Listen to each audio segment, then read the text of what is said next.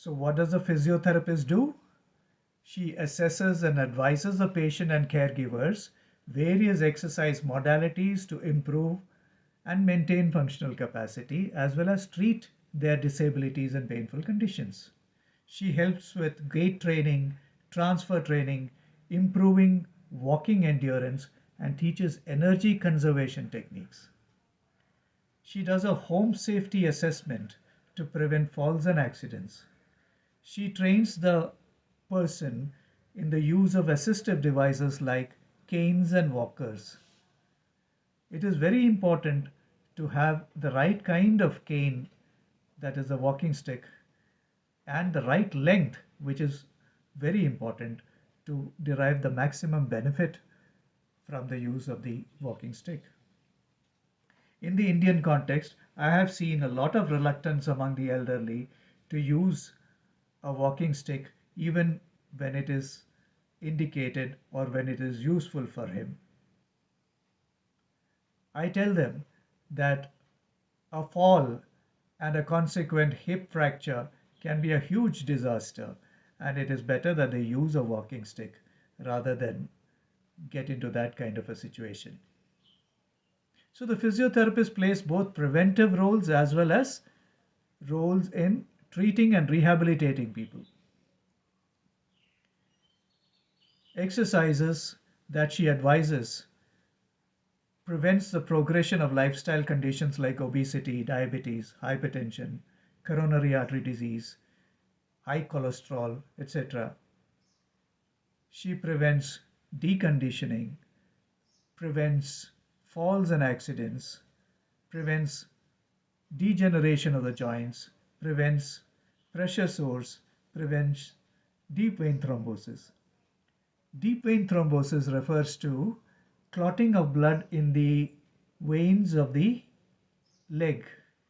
In a bedridden person, there is stasis of blood in the veins leading to clotting, and from that clot, a piece can dislodge and travel to the lung and cause what is known as a pulmonary embolism.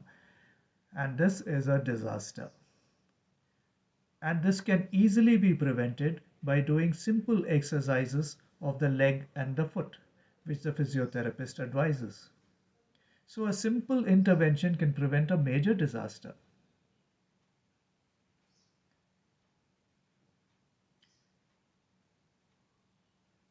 Among the conditions where the physiotherapist has both a rehabilitative and a therapeutic role are osteoarthritis, that is involving the knee joint or the shoulder joint or the hip joint, etc. Parkinson's disease, chronic obstructive airway disease, cardiac rehabilitation. That is, rehabilitation after a cardiac event like a heart attack or a coronary artery bypass surgery or an angioplasty, or rehabilitation after any surgery for that matter, rehabilitation after stroke, treatment of conditions like osteoporosis, frozen shoulder, chronic low back pain, which is so common in the elderly, cervical spondylosis, which causes stiffness and pain in the neck and shoulder. Then there are these vestibular exercises which greatly help in both preventing and curing or treating vertigo. And vertigo is a common condition in the older person.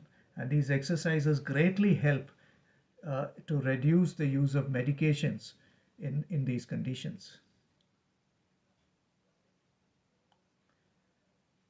Another very important role of the physiotherapist is in management of pain.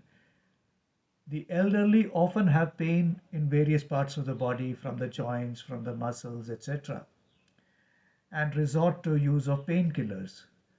Painkillers of the NSAID varieties are particularly notorious for their side effects and should be minimized to the extent possible.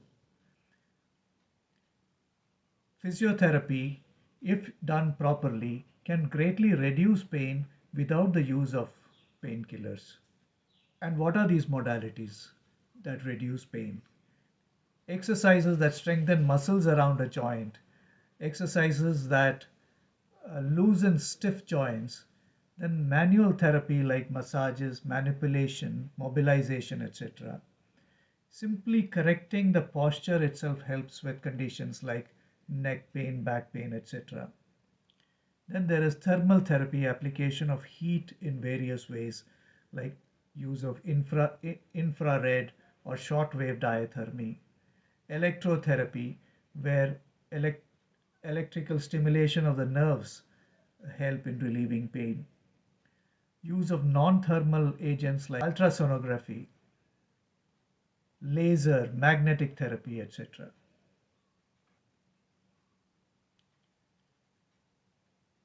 The physiotherapist plays a very important role in the inpatient setting. She, the moment the patient is admitted, she's already begun her work with the patient. She will do chest physiotherapy to prevent accumulation of phlegm or secretions within the lung and prevent lung infections, or if the person has lung infection, help in removing the phlegm from the chest with the physiotherapy and helps in faster recovery of the lung condition. And then she would encourage the patient to do stretches. She will do passive exercises while the patient is bedridden so that the muscle strength, joint mobility is maintained, and so that she can mobilize the patient as early as possible, make the patient sit up, make the patient walk as early as possible. And then she devises an exercise program for the patient to continue to do at home. So you see, the role of the physiotherapist is vitally important in geriatric care.